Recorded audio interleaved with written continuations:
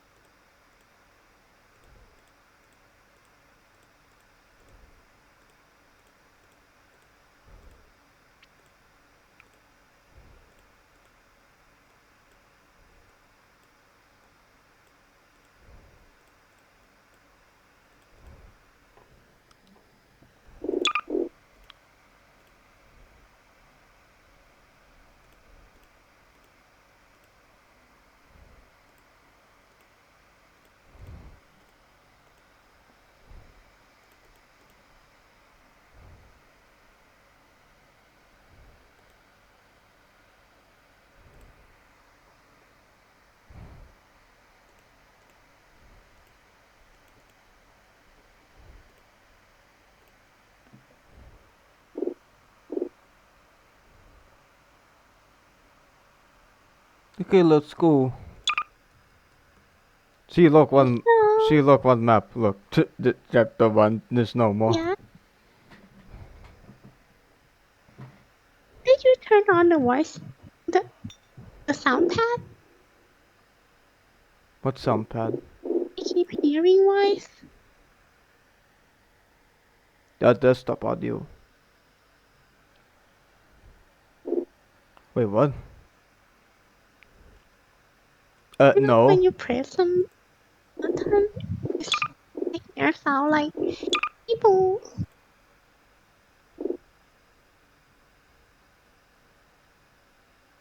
Wait, what's happening?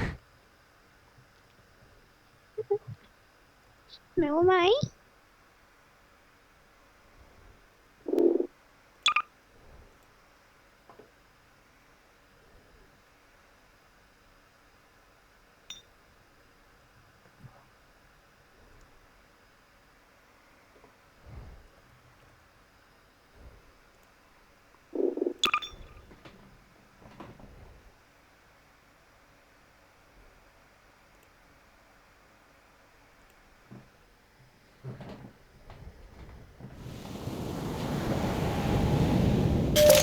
Millimeter semi-automatic handgun.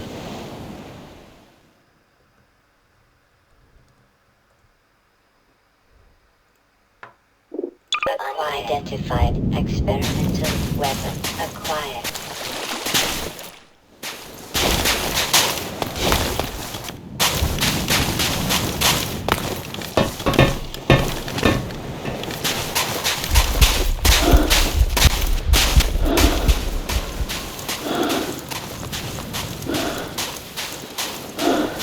Oh, I like the new HUD. Wait, is it too loud? Wait, I'm gonna lower this.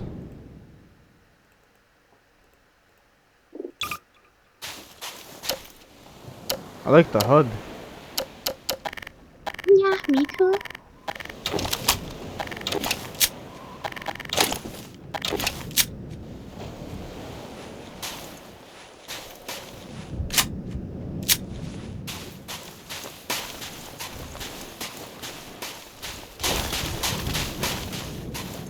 The remains of the ship in front of you were once part of a puzzle we cut out of the Lost Coast.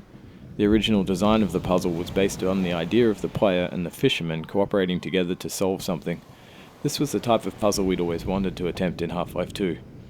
Unfortunately, as development on Lost Coast neared the end, and this puzzle still wasn't finished, we decided to cut it.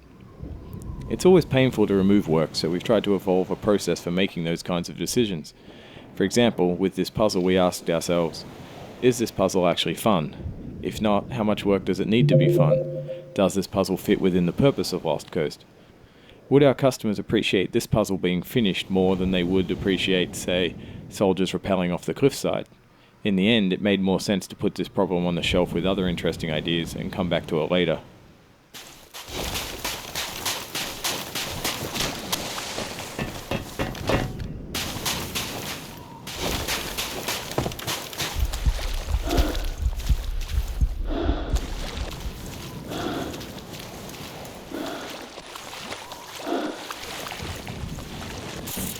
Ow, ow, ow, ow, okay. Compromised. Leeches.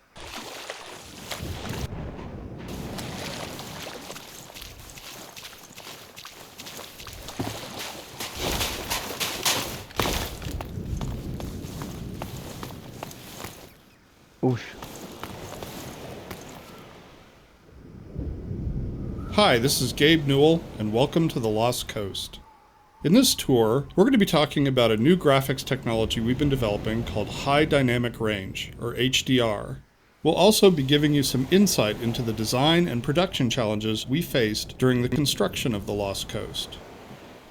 First, a quick explanation of the commentary system. To listen to a commentary node, put your crosshair over the floating commentary symbol and press your Use key. To stop the commentary, put your crosshair over the rotating node and press your Use key again. Some commentary nodes may take control of the game for the purpose of showing something to you. In these cases, simply pressing your Use key will stop the commentary. With conventional rendering, seen here on the left, if something on the screen is 20% reflective, like the wet sand, then the maximum reflected brightness can only be 20% of the maximum brightness of your monitor. HDR's more accurate simulation of light ensures that the sun's reflection on this wet sand appears as it would in the real world, which could potentially use 100% of the maximum monitor brightness. HDR uses bloom to simulate light that is beyond 100% of a monitor's maximum brightness.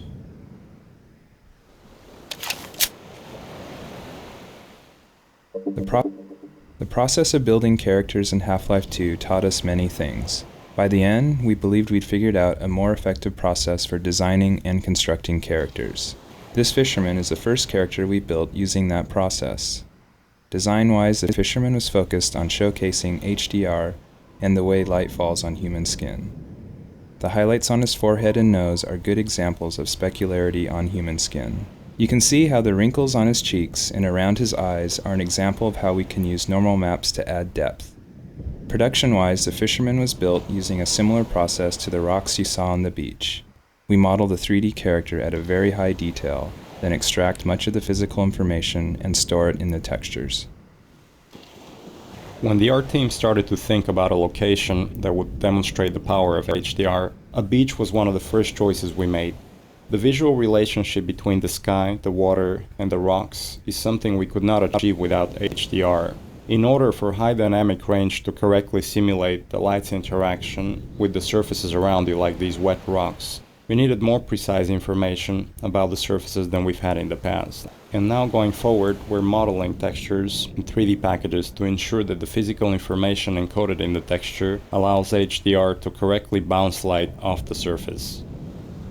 We also designed the colors and values of each surface to ensure they will be correct across all exposure levels.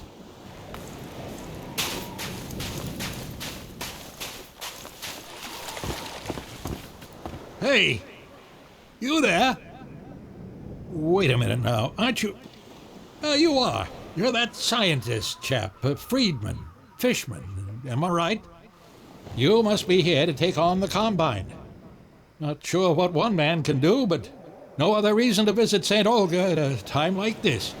I'll take you to where they made their base, or as far as I can, at any rate.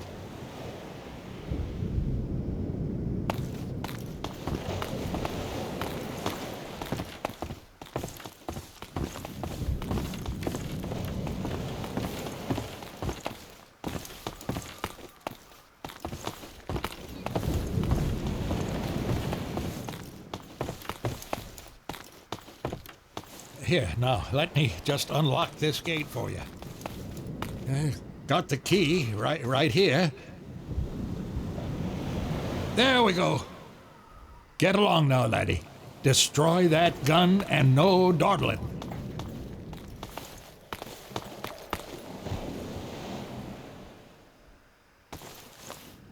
If you make it back safely. I'll be here, waiting for you. Power 15%. Water presents us with a lot of rendering challenges. In fact, we have to render the scene 3 times. Once for the refraction of what's under the water, once for the reflection of everything above the water, and once from the player's view. You can see the reflection and refraction scenes in the 2 small windows on screen. In the refraction, we calculate per pixel how much water you're looking through to do a volumetric underwater fog to simulate particulate matter.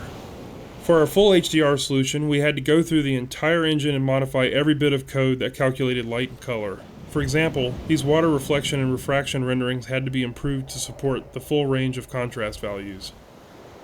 Hurry, lad, get up the path. There's a path up the cliff. Step lightly now.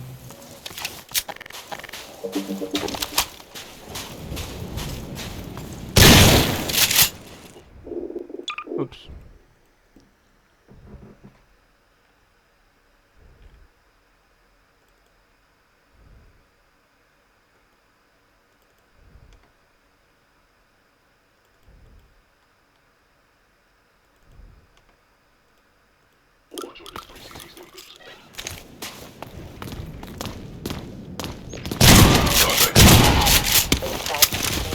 Grenade acquired.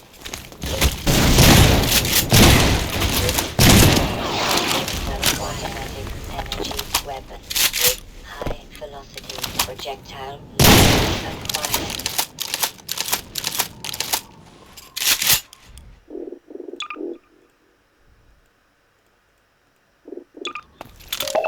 Power 20%.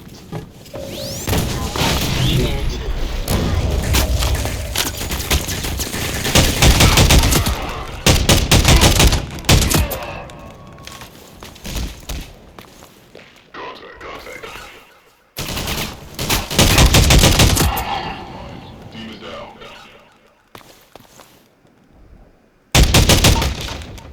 The area you're currently entering is called the Cliffside Arena.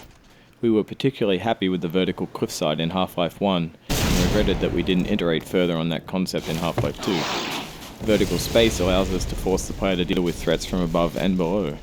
We find that players focus their view on the direction they're traveling, so by using a cliffside and having the player ascend it, we ensure that the player will look up and be prepared for enemies. If the player's path was to move past the bottom of the cliffside, it would be unlikely he would notice soldiers rappelling down from above. And dying from unknown threats never feels fair and certainly isn't fun.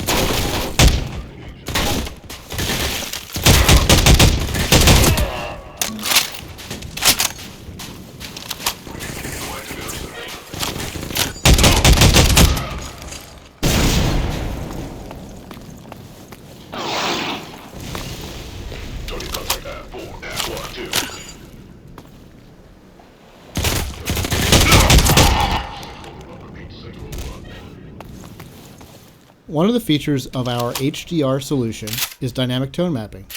The easiest way to think about dynamic tone mapping is that it's a method of simulating the way the human eye reacts to light. In the real world, you've probably walked into a dark room and noticed your eye adjusting to the darkness, letting you see better after some time.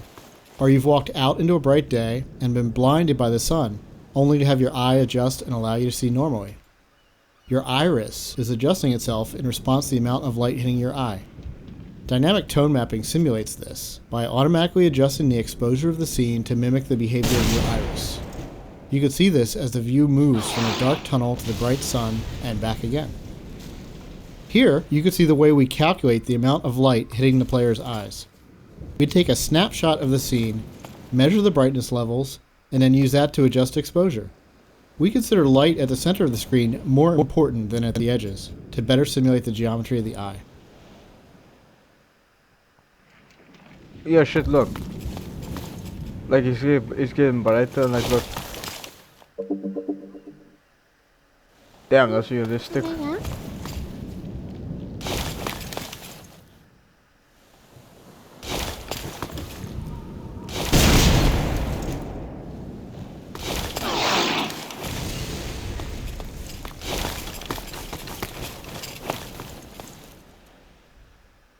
The courtyard in front of you is a space we call an arena. Arenas are built to hold the player for a period of time and usually contain combat or some other challenge. They often have multiple entry points for enemies, along with a gate of some kind to prevent the player moving on until the challenge has been completed. In this case, the arena is free of enemies until the player solves a puzzle and triggers an alarm. This is a method that allows the player to explore the arena and get a sense of its space before being forced to fight in it. It adds a sense of uneasiness to the player who's expecting to be attacked now that they've reached the goal set for them at the start of the map. The break in the action here is also a crucial part of the level's pacing. It allows the player to recover and explore the world a little after being attacked on the way up the cliffside.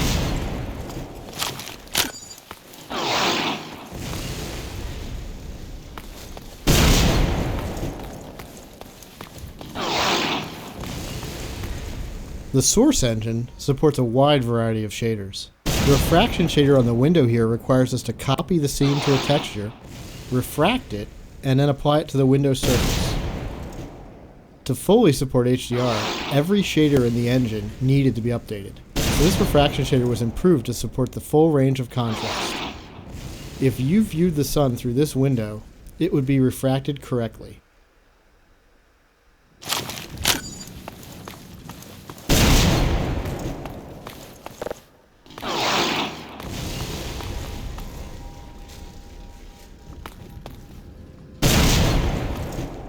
We wanted to transition from a bright, wide-open space into a tighter, closed one to showcase HDR's dynamic tone mapping.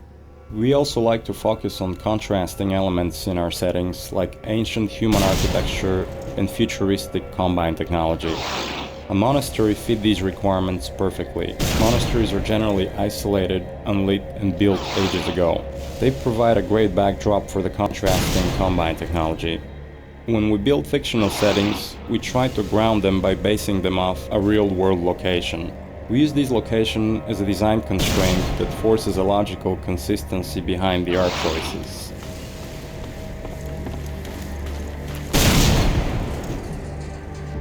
Churches are great dramatic spaces. They're often lit naturally with extremes of darkness and brightness, which makes them a great showcase for HDR. Gothic churches are the sober monochromatic spaces that you've seen in almost every horror movie or game. Byzantine churches, on the other hand, are very colorful and have a large variety of materials. We wanted that color and material variety to show off our HDR reflections.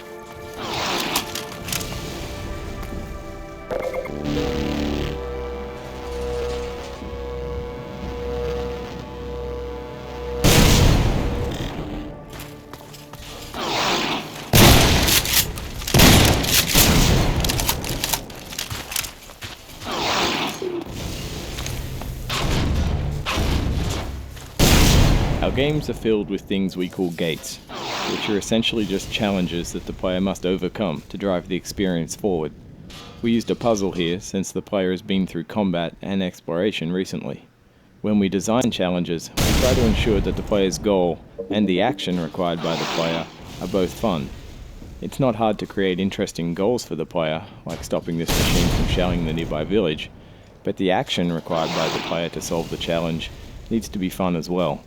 So instead of something menial, such as hitting an off switch, the player gets to use physics to jam the gun's mechanism and cause it to break.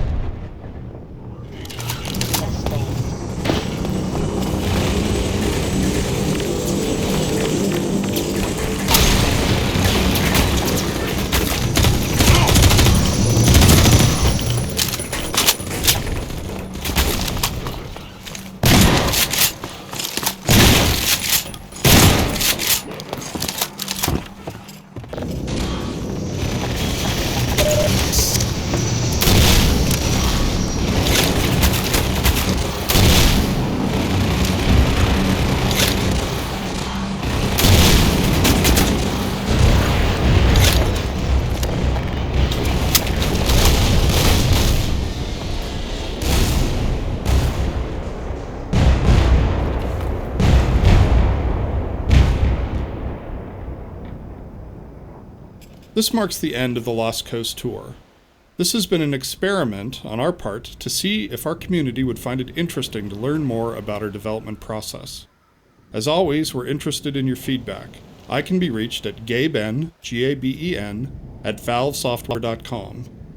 If people like this, we'll keep producing this kind of content for all of our games going forward. Thanks for listening. Power 15%.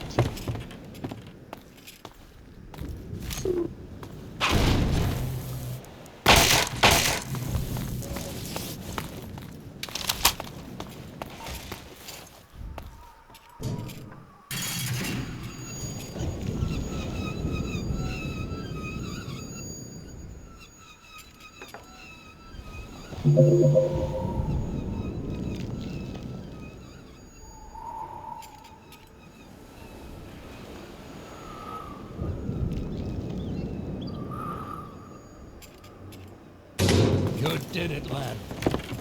Come on with me to St. Olga. We'll celebrate this victory with a feast. I hope you like leeches. Hey, where you going? You're getting fuzzy around the edges. Well, I guess you got other places to be. Nice knowing ya.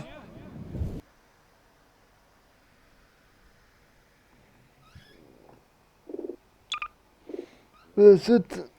Wait, what's this? That's all.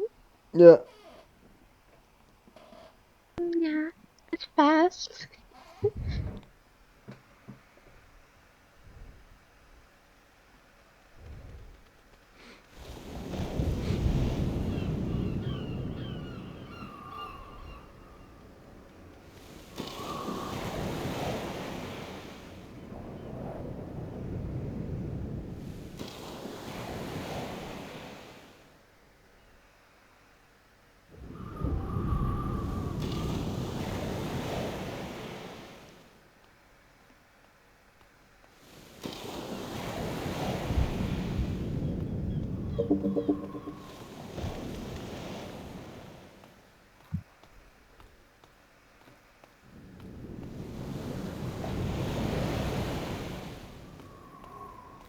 Here, now, let me just unlock this gate for you.